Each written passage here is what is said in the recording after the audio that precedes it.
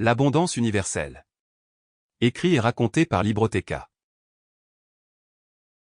L'abondance universelle. Pensée abondante.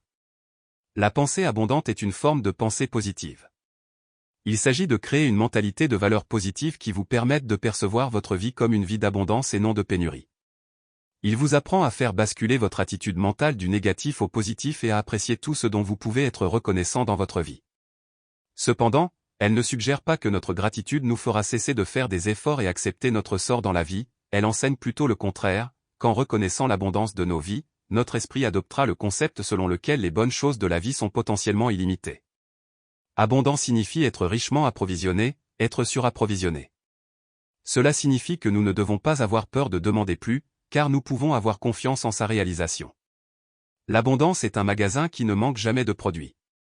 L'abondance de la pensée n'est pas seulement une question d'argent, bien qu'elle comporte un aspect financier important, c'est une philosophie de vie. Lorsqu'il s'agit d'argent, il est considéré comme un outil permettant d'atteindre une meilleure qualité de vie, non seulement dans les aspects matériels, mais surtout dans la liberté de passer du temps à faire les choses qui comptent avec les personnes qui comptent. De même, être un homme ou une femme riche peut ne pas avoir de rapport avec l'argent du tout. Elle peut même annuler le désir volontaire de ressources financières supplémentaires, surtout lorsque cela va à l'encontre des aspects les plus importants de la vie, tels que l'amour et la famille. Nous connaissons tous des gens riches et malheureux. Nous les voyons tous les jours dans les journaux et à la télévision, des gens qui ont des finances abondantes mais qui sont démunis sur le plan émotionnel.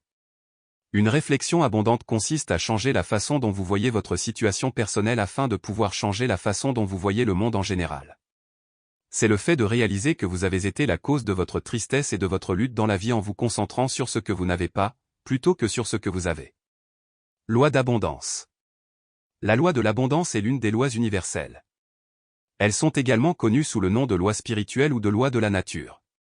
Les lois universelles sont ces principes immuables qui régissent notre monde et notre univers, régissant la façon dont le cosmos entier continue d'exister et de prospérer.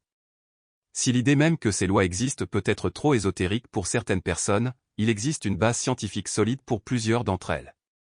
Par exemple, la loi de cause à effet stipule que toute action produit un résultat en proportion exacte de l'action qui l'a initiée. Cette idée remonte à l'époque biblique. Il est dit dans les Galates, « Tout ce qu'un homme sème, il le moissonnera aussi ». Certains pensent que c'est une question de karma.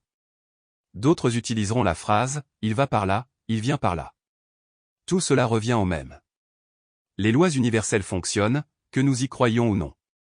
Ceux qui n'y croient pas choisissent par défaut de croire que la vie est une série d'événements aléatoires sur lesquels ils n'ont que peu ou pas de contrôle, et qu'il n'y a pas de but ou de raison sous-jacente pour que les choses se passent. Sample complete. Ready to continue?